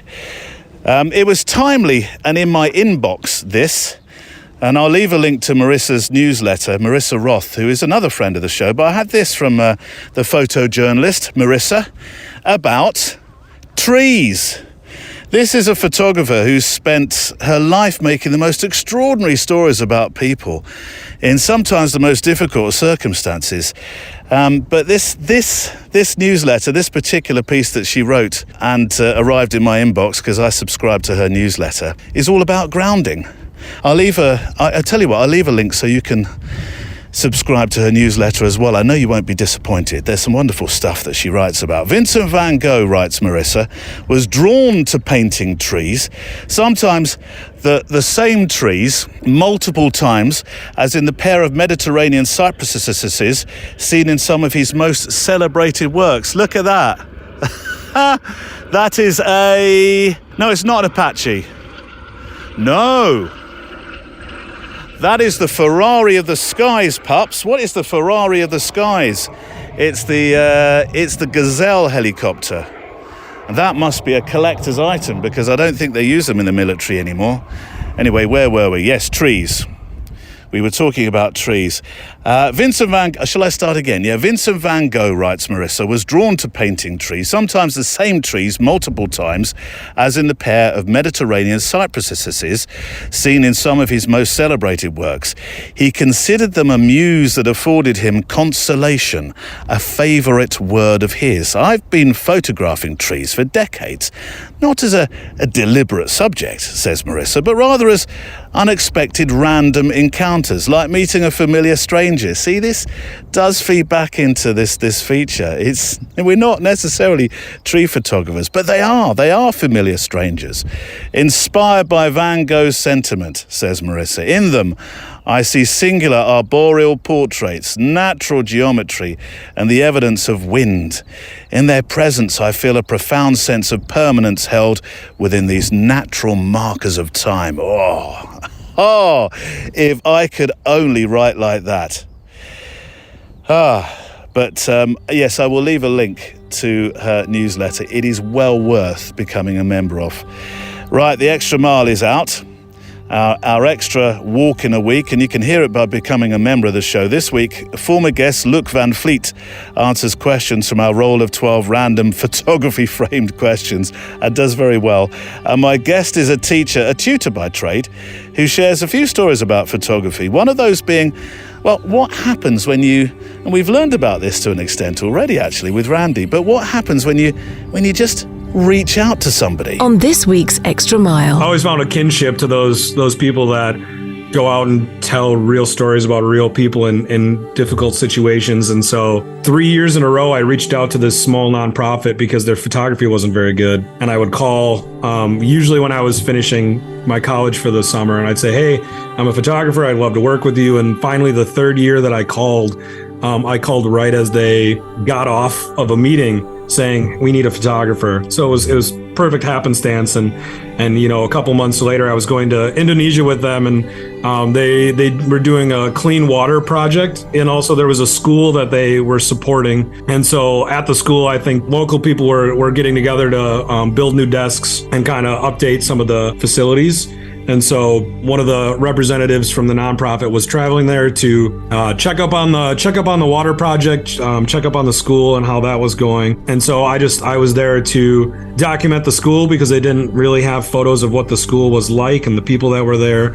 And then same thing with the clean water project. And so on my website, I'm working on updating things to actually explain that story and talk more about exactly what it is that I did and put the images together more in a narrative sense than just what I've got right now. Ben Lunsden is my guest, and that's the focus, TV news, pun entirely meant now. That's the focus of our Extra Miles, to talk with those who are extra milers, who have extraordinary stories to tell, to share, life adventures to share, things that they've done, places that they've seen. And yeah, they may not be household names, but they do have stories to tell. So this week's Extra Mile is out now, and you can listen to it by clicking on the Support the Show icon, which is on the front of the website, photowalk.show. If you are not a member, the latest shows have a 5-minute preview. So let's do a little news. There are 2 upcoming retreats. Inverness in September now is completely sold out, I'm afraid. And we have those on a waiting list as well. So no places. Even if my 2 Hollywood crushes, Jodie Foster and Winona Ryder, is it right to actually express this these days? Is it something you're not supposed to do? Even if they were to ring up and say, excuse me, Neil, I'm thinking about booking onto the Scottish retreat. I'd have to say, Winona, Jodie, I know you're both very busy, but really, this is something you should have been organising months ago. What are you doing? Sorry, no places. But if you'd like to, you can go on the African retreat in January. Now, we've already talked about the African retreat probably enough today, and I'll make no excuses for continually mentioning it. But old pups, don't roll in something. No. Please don't do that. No. He's very good, by the way, isn't he? You don't really hear him barking at the moment. It's almost like he's got used to the recordings and what it's all about. And I do sometimes miss his misbehaviour. But yes, Africa, if you are thinking about coming, if you're considering it, I was reminded the other day to remind you that Banjul Airport, which is a lovely little airport, it's not the biggest though, so not too much goes in and out at great times, or as many times as we might like. So if you are thinking about coming, booking flights is going to be a part of that process. So it's probably worth thinking about it sooner rather than later. Right, I've done my reminder. I was reminded to remind you, and I feel I've done the reminding to remind you and remind myself, actually, all at the same time. And if you're coming, well, I look forward to seeing you and making some adventures. And in particular, shall we try and go and find that shop? See, I do need help with my grammar. Should we try and find that shop that Randy was talking about? We'll do 2 things there. We'll find our African names, and we'll see if we can have a shirt made as well. How about that? Right, onwards, pups, onwards.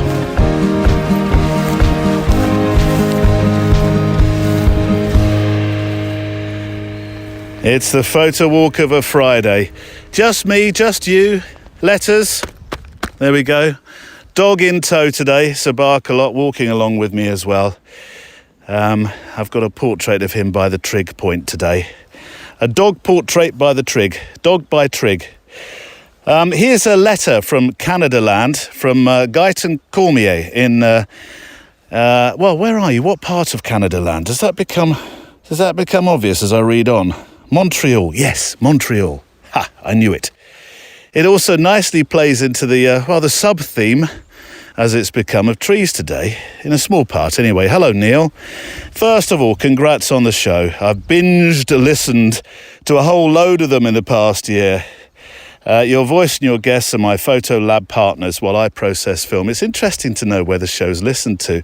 I like to think that it's often on a walk, and it is with some people, I know.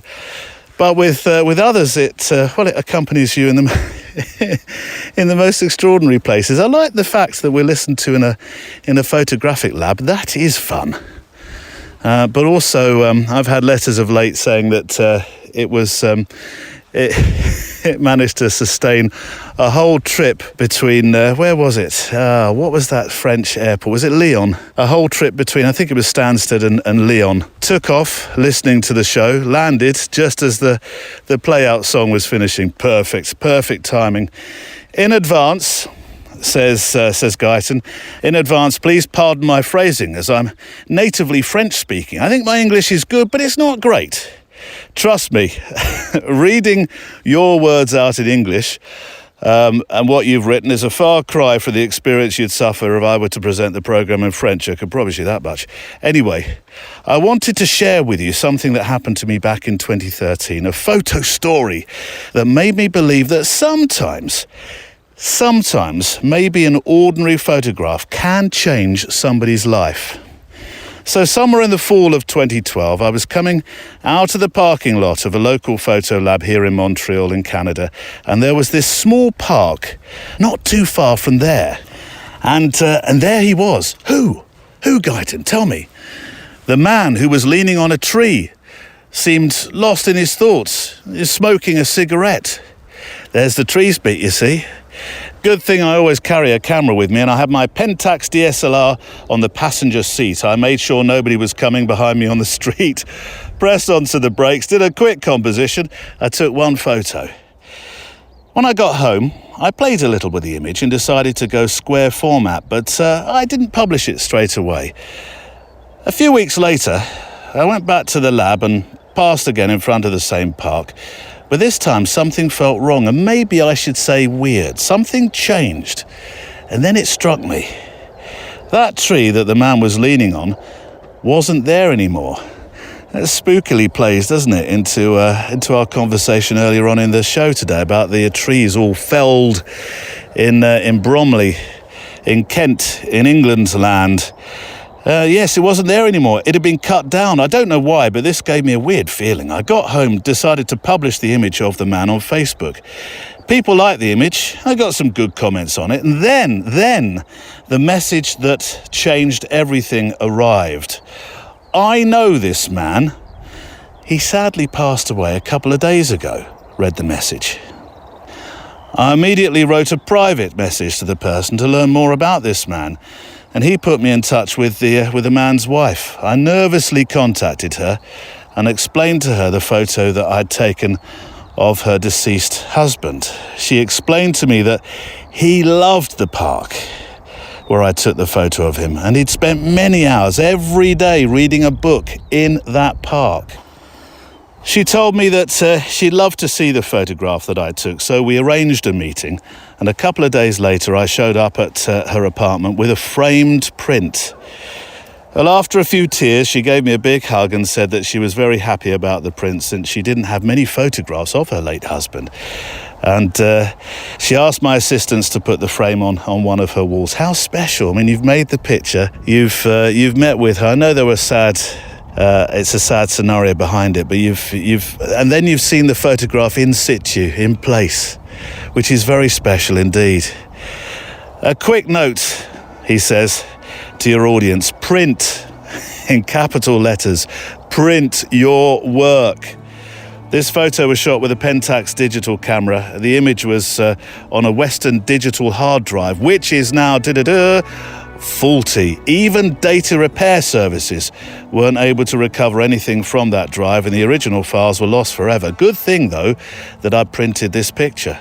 The photo supplied with this letter is a scan of the print. Unfortunately, I don't think it does it justice, but at least I have the photograph to share with you. Thank you for taking the time to read my photo story, and please continue your beautiful work. Well, I'm very flattered that you call it beautiful. I am. It's nice to receive such beautiful messages and inspiring messages. I always look forward to new episodes. Cheers from Canada land. Well, Guyton, that is one of the, and I hope I'm pronouncing your name right. I did look it up. I look up pronunciations on YouTube. It's one of the most wonderful letters I've had. It really is. I was talking with Sir Mally of Treeland earlier this week, and I mentioned to him that I want to make a book of letters like this. And I tell you this for an old French Frank. Remember those days? Your story would definitely be the kind of thing that would feature in a book. I am going to share that picture on the show page today. It's a wonderful tale, and I'm so thankful that you sent it in. And of course, there are many that are thankful for you printing that picture too.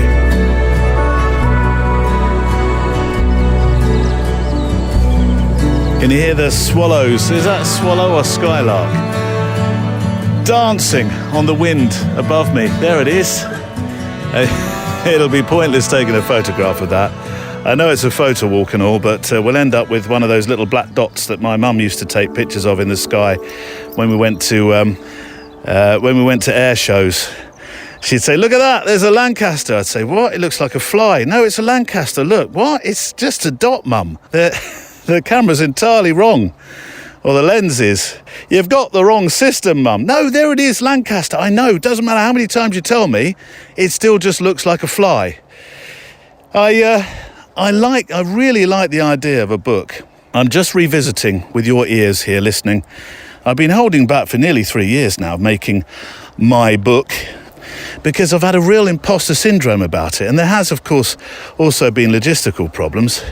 But I've found actually a publisher that can publish on demand, and one that's slightly more competitive price than others that I've dealt with in the past, that can actually print this book with really decent quality and send them wherever in the world. There's not many places that they don't send to. Come on, pups, we're going down the hill now. There's the trig point, I know, but we're done. I think he's done as well. He laid down just now. Look, there's another can. Ooh. Okay, we'll pick that up and take it down to the bottom. Hold on, what is it? Punch, Monster Punch. So it's a can that's, come on, pups, this way. It's a can. Put it in there. It's a can that's used for energy. So clearly somebody had thought, right, let's get to the top of the hill, take an energy drink, and then they just discarded it. Oh, I tell you what, this would be I think you should have a bin up the top. It wouldn't necessarily be the place that most workers would say, I'll volunteer to get the bin at the top of the hill, but I think it would be a good idea. Great exercise, certainly. Where were we? Yes, this book.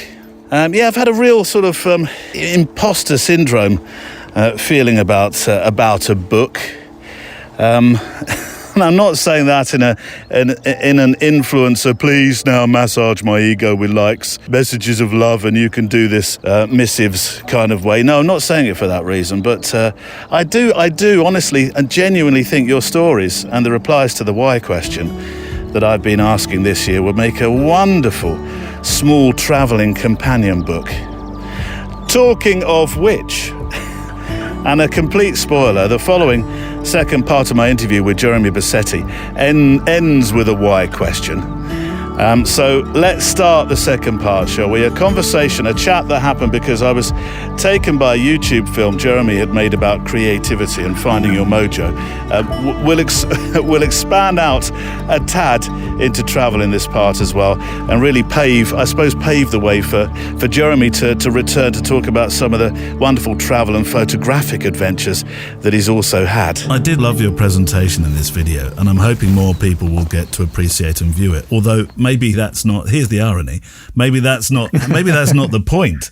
I mean, you made this for you, or when you make a YouTube film, is it slightly different? Do you make YouTube films because it's a publishing platform, or do you make YouTube films because they're for you as the creator? There's a question. Which of the two is that? And how important is it that you make a YouTube film that has an audience? Is that a rhetorical question? I don't know. It could be.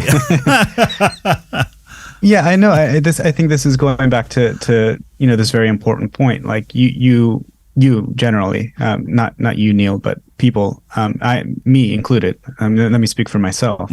Like I create things that I find valuable, find interesting, and man, I hope that other people find it interesting and valuable too.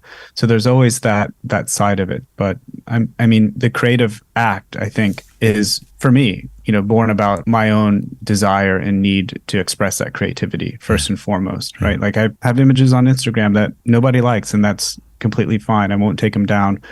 It's something that I found interesting and valuable, and that's good enough. And, if other people like it and watch it and find it interesting and valuable, then that's icing on the cake. That makes me very happy, as it does everyone else, I'm sure. The takeaway from this is to go visit a photographic exhibition, isn't it? Yeah, that's the unlock, right? That's the magic there. And I'm in Orlando, and we have a few photography galleries here and there, and some visiting exhibits at our local museum, but we don't really get that much work. Yeah. So traveling to a city that has more access to photography or art in general is just a wonderful thing. It's a wonderful thing.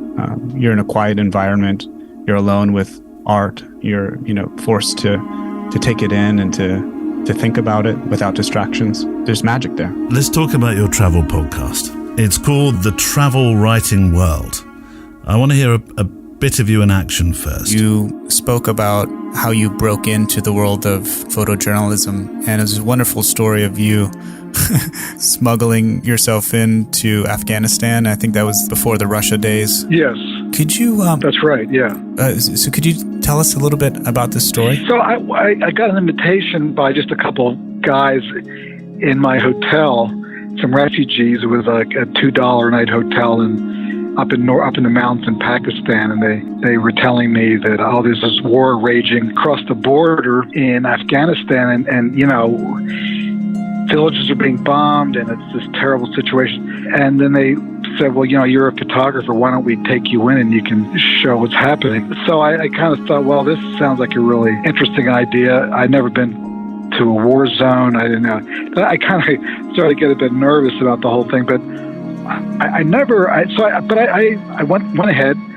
We crossed the border without a passport. I would just walk through the mountains and stayed for a few weeks, photographed these destroyed villages and refugees leaving, and the fighting. It was this incredible situation. I'd never been anywhere near anything like that. I worked on a suburban newspaper in Philadelphia, and I was just, this was like something I couldn't imagine. And then when I left Afghanistan to return back to Pakistan to try and get my film processed, I again had to leave. I had to cross the border illegally without my passport. So I got very nervous that maybe I'll get stopped, I'll get searched. Maybe they'll wonder, like, who am I and why isn't your passport stamped? And are you a spy or whatever? So I decided if I did get stopped and searched, I would try and hide some of my exposed film somewhere in my clothing, and then I would put this sort of dummy film in the camera and in the camera bag to try and keep this exposed film safe. So that's why I kind of sewed it into my shirt and my pants. They wear this costume called the shalwar kameez, this very baggy pants and this big flowing shirt. So there was a lot of sort of space to put the film in at a jacket. So I was able to do that. So I was able to get it out. And if you recognized the voice there that Jeremy was talking to, that's because it was Steve McCurry, none other, who had a book coming out.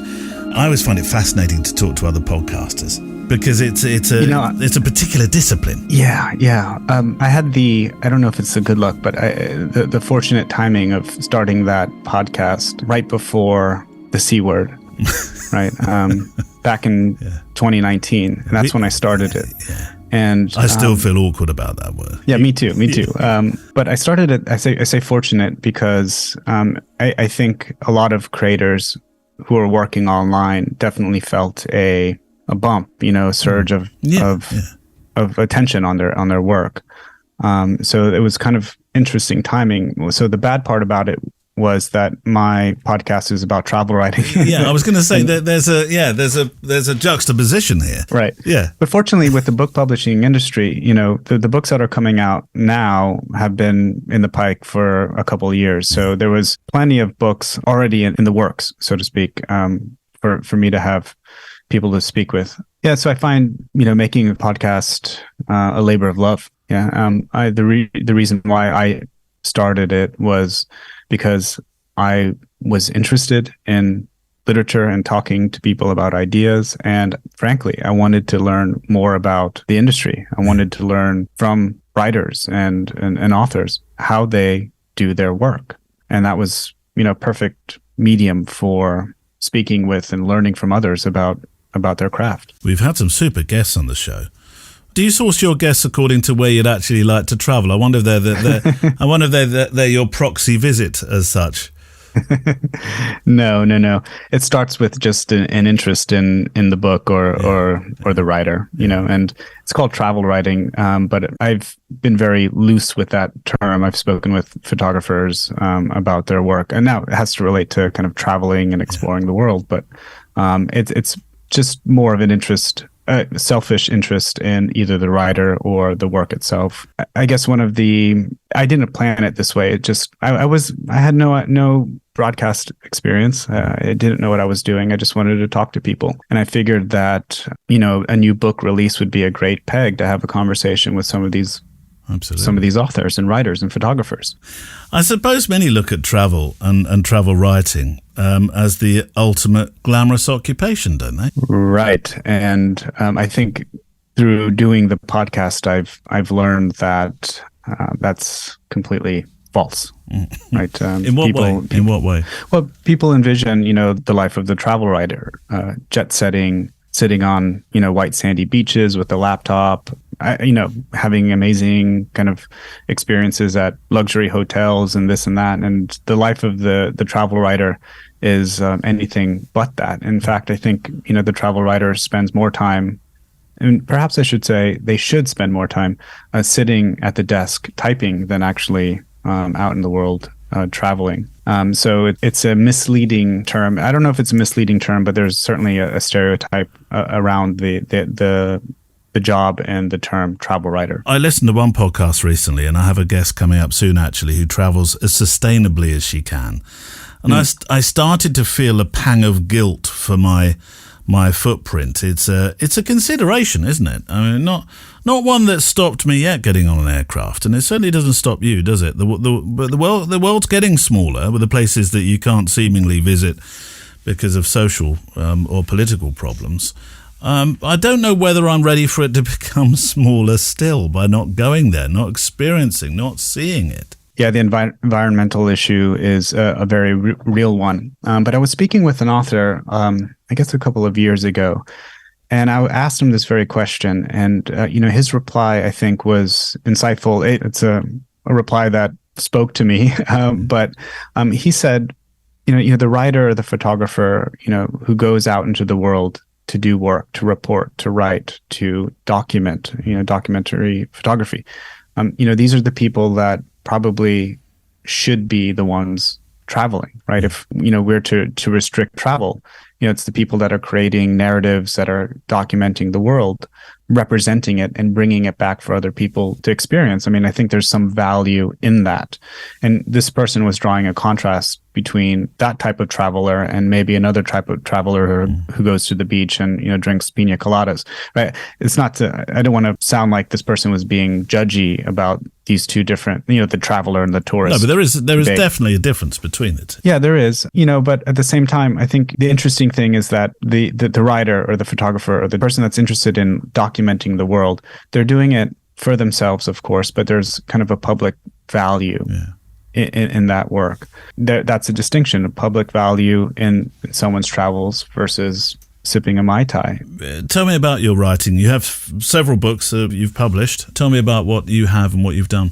So as an interdisciplinarian, I'm interested in a lot of things. My first book was it was kind of like a research project turned into a work of fiction.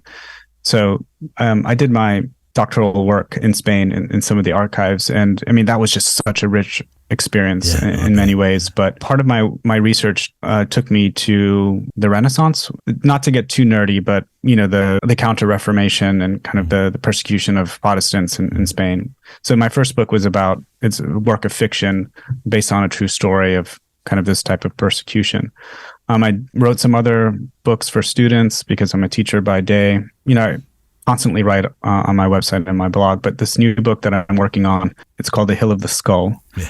And it's about a research project gone wrong to Bolivia. And it's based on my personal experience. So there's a memoir component, words, and then photo book component, images kind of smushed together. You have two newsletters.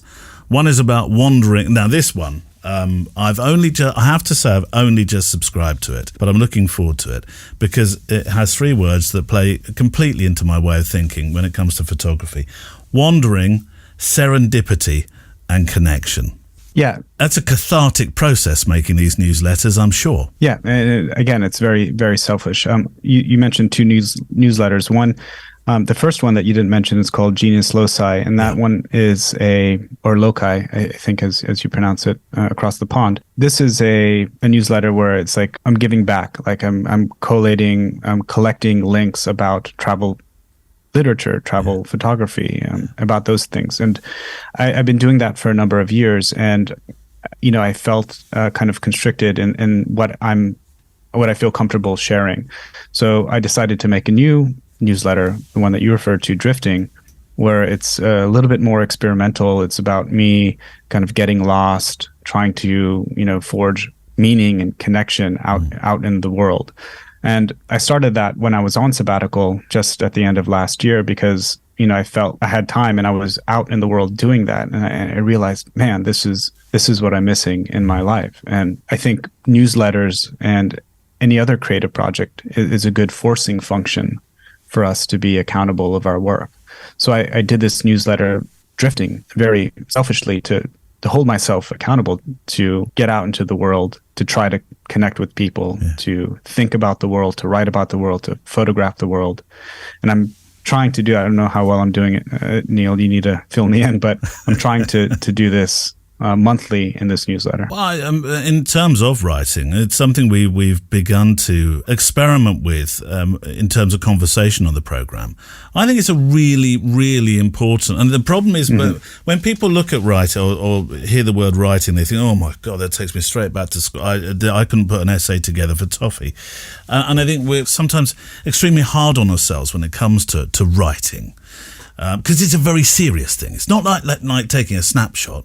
If you're writing something, it's very serious. It's an academic profession almost, but it doesn't have to be. No, not at all. You know, I the way that I approach writing, I don't think I'm a very good writer, and I think most writers will tell you that as well. But you know, I find writing is a process of figuring out what it is I think. You know, I try to, I'm an academic by training, so it's hard to kind of get that out of my system. But I try to write to discover what it is I think about something. Yeah. And, if you approach writing as kind of exploration like that, then it kind of lowers the bar, kind of, releases some of the pressure. And it's okay, and plus with AI and everything, it can make us sound nice. You're not using AI, are you? Surely not. No, not at all. No, but you know what I'm saying? It's, I guess we all kind of are using AI. You know, when I open up Word and I get help from the grammar check or the spell check. The little underlined words, Yeah, the little squigglies. That's kind of a form of AI. So we all kind of already use it. But the kind that's, I guess, being talked about now is one that I try to try to avoid. Do you keep longhand notes? Because I know you keep notepads, don't you? Is that the start of your there we go. You've got one in front of me there. Your creative writing process. Mm-hmm. So it's not open up laptop, start writing. It's working off handwritten notes. I'm actually working on a new YouTube video about this. But when I travel or when I'm at the house, I have notebook and a little pocket field notebook with me at all times, always scribbling notes down. On the road, I like to take kind of those notes at the end of the day, distill them or kind of transcribe them, flesh them out into longer formal sentences if I can. And lately, I've been also exploring iPhone, the notes on smartphones. And I'm going to talk about this in the video, but on my iPhone, I have a widget that I have on my screen. All right. iPhones have an app called the Shortcuts app, and you can create widgets. So you press a button on your home screen, and it opens up a new note that's geotagged, that has all kind of location data. And when that's on, I just press a little microphone and I can dictate my notes. It's quicker than opening up a notebook, and I can dictate, 1,000 words in a few minutes. I can't write that fast. I can't type that fast. This has just been a massive productivity hack for me. So I've been exploring. I hate to be on the phone so much, but I think in this case, for note taking, I can't deny how efficient and kind of incredible that is to take notes. I had no idea about that as an app, as a widget. I'll show you the link. You create a little widget on your home screen. It's a little button. I called mine Field Note, and I press the button. It opens up my note-taking app. It creates a new note with however you want to label it. I have mine titled by the date and the time, and then it pastes location data, longitude, latitude, altitude, weather, time, all of that stuff. And because I like to have that kind of information. You don't need that, but it's something that I like. And then I press the dictate button, and boom, I have thousands of words of notes in the matter of minutes. How's the hikers group going? Well, in Florida, it's quite hot, so I've had an excuse not to go hiking with other people. I don't know. I was. It's a bit of a loaded question, because I know you don't like idle chit chat with people while you're taking a hike, but you've kind of opened yourself up to it, really. I wanted to ask you how you deal with it, because for me, and I realize that I'm a weirdo in many ways, but like when I go out walking around, I enjoy solitude. Like I enjoy, if I'm walking with Neil James, I can mute you. I can pause you, right? You can't do that with a physical person. Don't tell that to my wife. If she felt I had a mute button. No, but you know what I mean. Like I can press pause and I say, hold that thought, Neil, and I can dictate a note, and then we can have, so to speak, a conversation again. But hiking with others obligates you to a certain social kind of interaction and a certain social dynamic. You can be in a group or even with someone else. And I find that when you walk alone, you're kind of trying to flesh out what it is that you believe and what you think on your own. And it's kind of, I think it's important for us to have that space and that time. Yeah, and I didn't realize the importance of walking alone until now. That thing that we've said should not be mentioned, COVID. Look, there's no good things to have come out of COVID. Because I feel by saying if something good came out of it, it's not respectful of the suffering that many thousands and thousands of people around this globe experienced. But I did find from that period a sense of understanding what it felt like to be alone and walk with yourself and your thoughts, which prior to being forced to take an hour's exercise each day, I didn't. Yeah, I completely agree. And, we can't belittle or we can't, I guess, downplay how significant and catastrophic the C word was for many people. But it's also, I guess, okay to acknowledge that not everyone had a catastrophic experience. No. Right? For some, it was an important moment where they were able, for the first time in a long time, to spend alone time, right? To think, to explore whatever it is that, to explore their whims and to find new hobbies and to think about their place in this world. And I think in that respect, it was an interesting time. I would not be doing my job if I didn't ask an academic and a writer my favourite question from the whole year. That being, what is your why? My why, Neil, is why not? I feel creatively I can't not do this work. I'm compelled. I don't want to sound too woo-woo about it, but there's this idea of like a job or a career and a vocation or a calling, right? And this is work, the work that I do, the kind of crazy all over the map work that I do is something that I just feel compelled to do. It's just something that I cannot not do. And when I can't do it, I feel constricted. I feel not like myself. As a creative person, I feel very deeply. Like I don't know why I'm interested in photography or writing or drawing or music. I don't know why it is, but it's about a creative outlet. There's something that just pulls me in those directions that I can't say no to.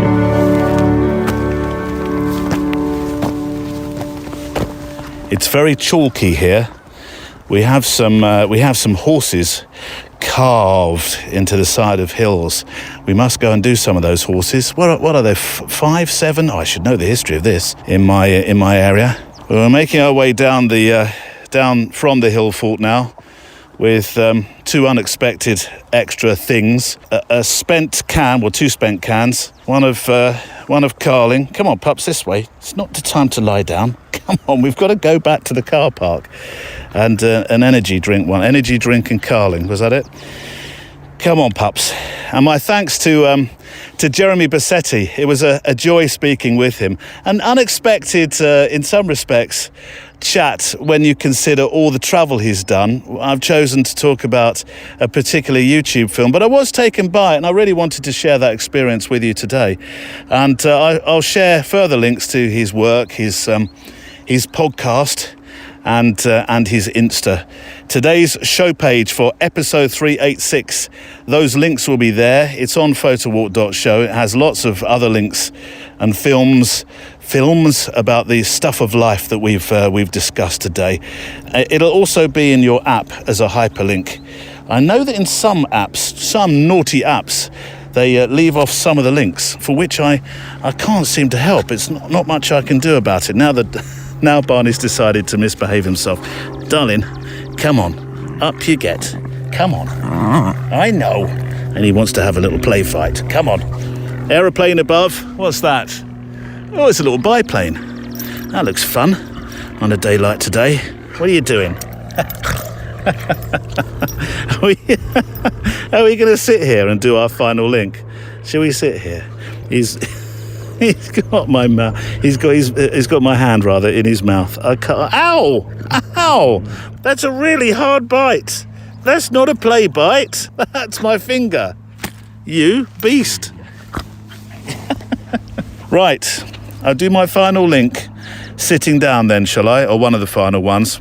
Yes, the links you'll find on the show page today. And when you visit the page, I'm going to ask you a favour.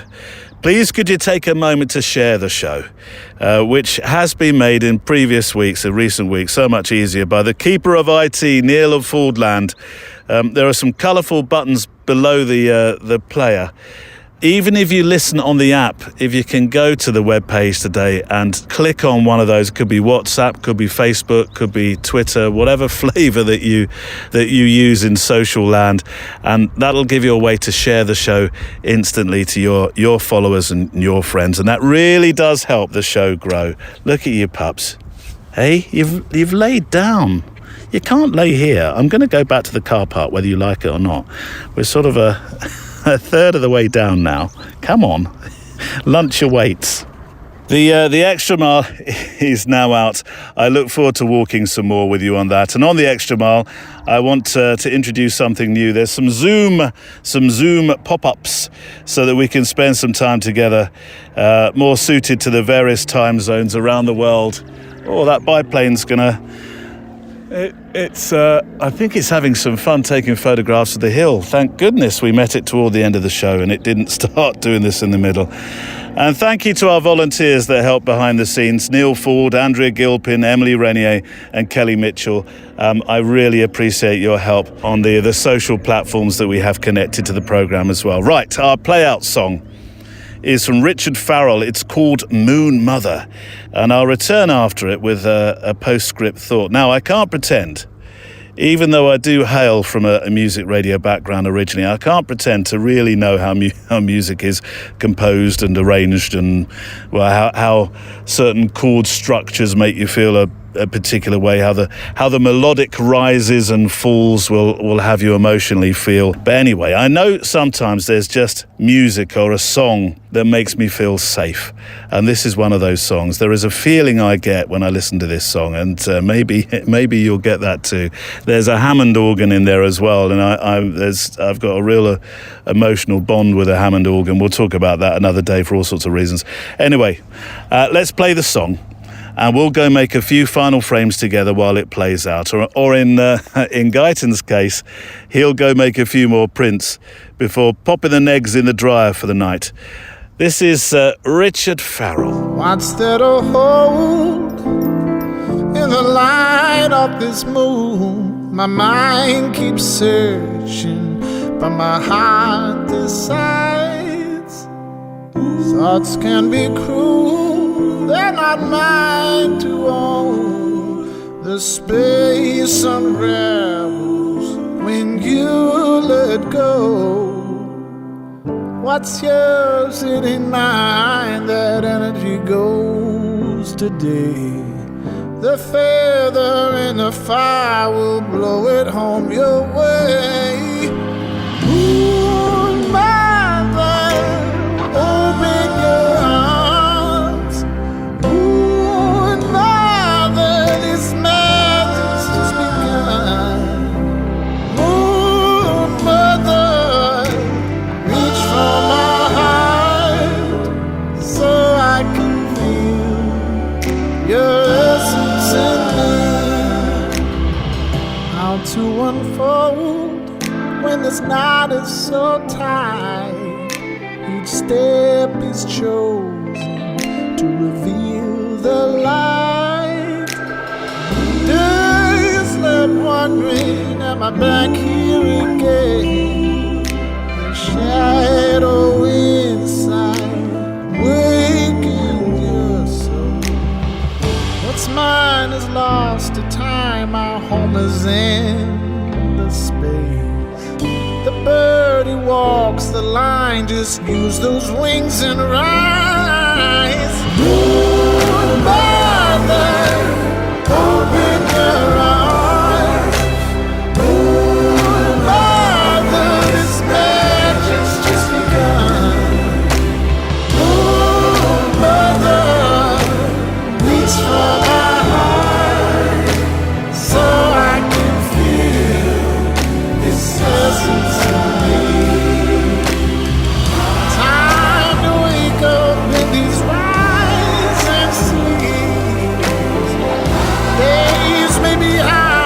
The true and real, bringing up the vibration. You can feel it in your feet. What's there to hold in the light of this moon? My mind keeps searching, but my heart decides. Thoughts can be cruel, they're not mine to hold. The space unravels when you let go. Richard Farrell and Moon Mother. Right, I've ended the walk today by this by this grave is in an enclosure. I've made a couple. There's a tomb. I've made a couple of pictures actually from lower down. One of them actually only about 15 minutes ago, maybe 20 minutes most, when the cloud was really foreboding, and it cuts a very foreboding picture. You'll see it. It's these iron railings within which there is the grave of the 5th Earl of Carnarvon, who played a prominent part in archaeological expeditions to Egypt, including his final trip to the Valley of the Kings. It was here where he and Howard Carter discovered and opened the tomb of Tutankhamun in 1922, and there's all sorts of folklore surrounding that afterwards, aren't there? What does it say on the sign? George Edward Stanhope Molyneux Herbert. Oh, there's a name. 5th Earl of Carnarvon. Adventurer, explorer, archaeologist, who with his colleague Howard Carter, discovered the tomb of Tutankhamun. Here it is. Let me get a picture. It's very overgrown. It's unkempt. It's just not been looked after. It sits high up looking down upon the estate of Highclere, which I think I've told you this before. The current lord is the godson of the late Queen. Let me get a picture before I do my closing thought. Our PS from today's show. There's horseflies all over this place. Ooh. I think we'll move away from here, pups. My smidge is obviously running thin, or not working on the horsefly. Right. 1000th f5.6, 160 ISO. I'm going to try and shoot through let's do two. Let's shoot through the railings first of all.